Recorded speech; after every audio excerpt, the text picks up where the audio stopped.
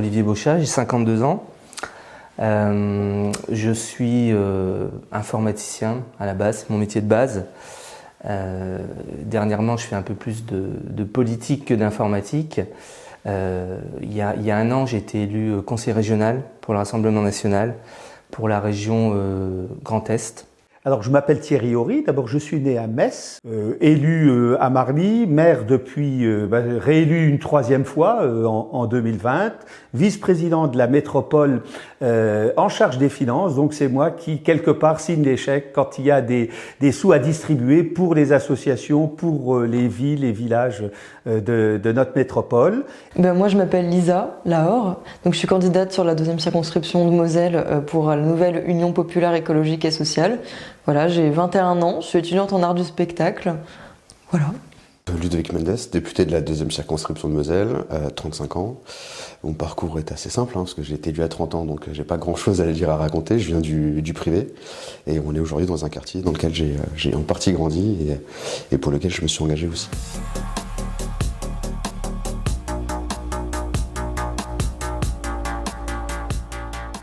Le peuple, il habite partout en France. Il n'y a pas des quartiers populaires et des quartiers non populaires. Même si dans les faits, on peut dire qu'il y a des quartiers de gens riches et des quartiers de gens défavorisés.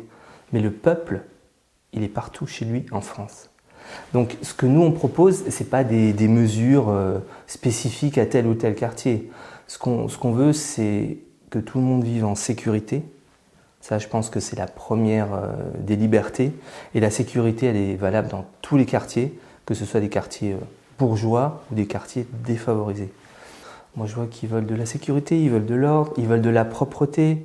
Ils veulent pas que les gens nourrissent des pigeons qui après font passez-moi l'expression, des fientes et qu'après il y ait des rats qui passent dans la rue.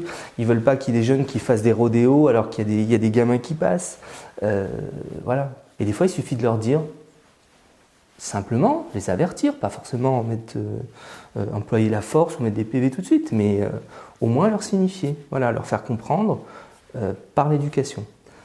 L'éducation, elle est donnée par la famille, par l'école, mais aussi par soi-même. D'accord ? Et si vous avez une de ces branches qui casse, le tabouret ne tient pas et ça tombe. Je crois que ce qui est important, c'est d'abord que tout se fasse en concertation avec les associations et les habitants. Il y a des choses importantes à mener, par exemple dans le quartier de Borny, la BAM doit être ouverte aux groupes, aux habitants pour que les citoyens la prennent en compte. Il ne faut pas simplement que ça soit un lieu d'événement culturel. Il faut que ça continue, bien sûr, on est bien d'accord, mais je crois que ça doit être ouvert. On doit continuer les travaux pour soutenir l'éducation des jeunes des quartiers pour qu'ils puissent réussir dans la vie. Il y a aussi le travail qui est fait pour pouvoir donner de l'emploi aux habitants du secteur, et donc ça rentre dans les missions du QPV. Il n'y a pas de raison que, quel que soit le quartier, on s'y sente mal. Il faut vraiment que tout le monde puisse vivre comme il faut et sereinement et puisse travailler. C'est ça l'essentiel, en tout cas pour moi. Mais ce que j'ai envie de leur dire, c'est que on a encore un dernier espoir de changer le quotidien des gens, et notamment leur quotidien à eux. Donc de vraiment se mobiliser le 12 juin et le 19 juin, c'est hyper important.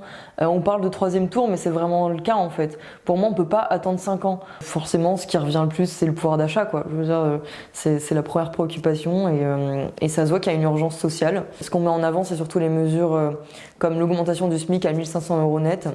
Et le blocage des prix, parce que si on augmente les salaires mais que les prix augmentent également, ça revient au même. Donc voilà, d'où la nécessité de bloquer les prix, donc par exemple de produits pour la cité, donc des fruits, des légumes, des produits d'hygiène, enfin il y a toute une liste.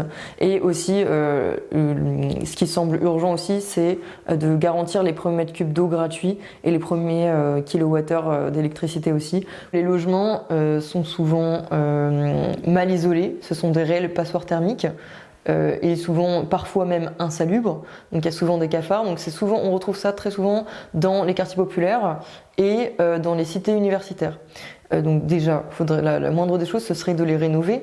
Donc rénover tous ces logements, tous ceux qui en ont le besoin, et d'en construire. On propose d'en construire 200 000 par an, mais également 15 000 logements Crous pour les étudiants dans les normes par an également.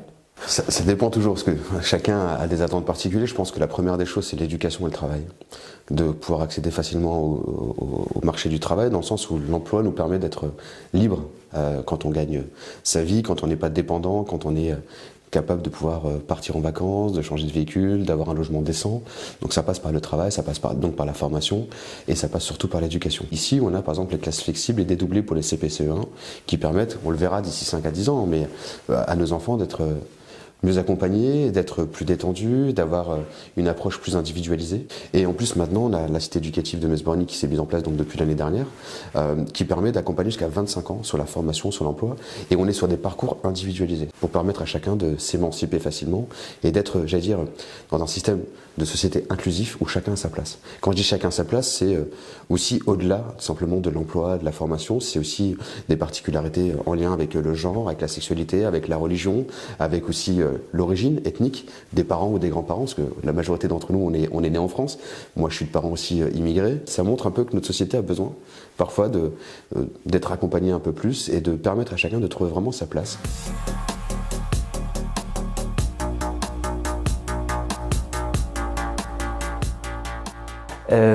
Les 3 rôles d'un député, c'est premièrement, ce sont des gens qui votent la loi. Secondo, c'est des gens qui sont censés contrôler l'action gouvernementale. Et ça, dans les faits, ces dernières années, enfin depuis 5 ans, on voit qu'il n'y a eu aucun contrôle de l'action gouvernementale. On a laissé M. Castex, M. Castaner, les petits copains de M. Macron faire exactement ce qu'ils voulaient. Et les députés n'ont rien dit. C'est pour ça que la plupart, on dit que c'est des députés Macron, enfin des députés moutons, des députés Playmobil, des députés Godillot, et complètement à raison. Voilà. Et vous avez un 3e rôle du député, c'est vrai qu'il a une petite portée locale, parce qu'il est présent dans sa circonscription, c'est pour ça que la plupart ont une permanence dans la circonscription, pour ne pas perdre le contact avec les gens. Le député, c'est quelque part un facilitateur. S'il ne l'est pas, c'est pas normal. Bien sûr, il vote les lois. Il vote d'abord les lois, et donc ça c'est important parce que les lois, en fonction de comme elles sont votées, elles permettent d'appuyer les financements, mais pas seulement, et les projets dans les quartiers populaires et ailleurs. Parce que si on vote des lois qui sont injustes ou alors qui ne prennent pas en compte la réalité, ça n'ira pas, et dans la réalité quotidienne, il n'y aura rien qui sera fait ou trop peu. Et en étant député, je pense pouvoir faire en sorte que quand il y aura une loi qui sera présentée, faire en sorte qu'elle soit la plus pertinente, la plus optimiste, optimisante en tout cas pour les quartiers. Et donc, aller voter, c'est choisir effectivement une personne qui va vous représenter, mais qui sera à côté de vous et qui pensera à vous et à votre quotidien quand il sera là en train de voter à l'Assemblée nationale. Nous, on n'est pas là pour faire une carrière, on n'est pas des carriéristes, on n'attend pas d'avoir juste un poste et puis après de rien faire, de pas aller à l'Assemblée, parce que on prend l'exemple par exemple de Marine Le Pen, de ces députés qui vont jamais, c'est pas les seuls, mais je prends un exemple, on les voit jamais dans l'hémicycle. Quand on regarde l'hémicycle d'ailleurs, quand il y a des prises de parole, elle est majoritairement vide. C'est quand même assez hallucinant. C'est la moindre des choses, c'est quand même d'être à l'Assemblée, de faire tout un travail de recherche, des commissions, etc., de proposer des lois, et d'être sur le terrain, d'aller dans son local, de revenir dans sa ville. C'est quand même la moindre des choses. Quand je vois certains ne pas faire ça, on me demande pourquoi ils sont élus. Ils sont élus juste pour un poste pour eux, et juste pour gagner bien leur vie.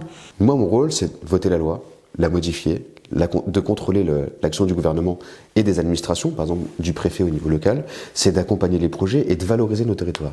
Quand je dis valoriser, c'est de remonter ce qui sont faits par le milieu associatif, le milieu économique, ou même par des citoyens qui l'ont fait d'eux-mêmes, et de les valoriser en les présentant au niveau des ministères, ou alors en faisant venir directement les ministres sur notre territoire, de mettre à l'honneur un territoire, une association, une structure.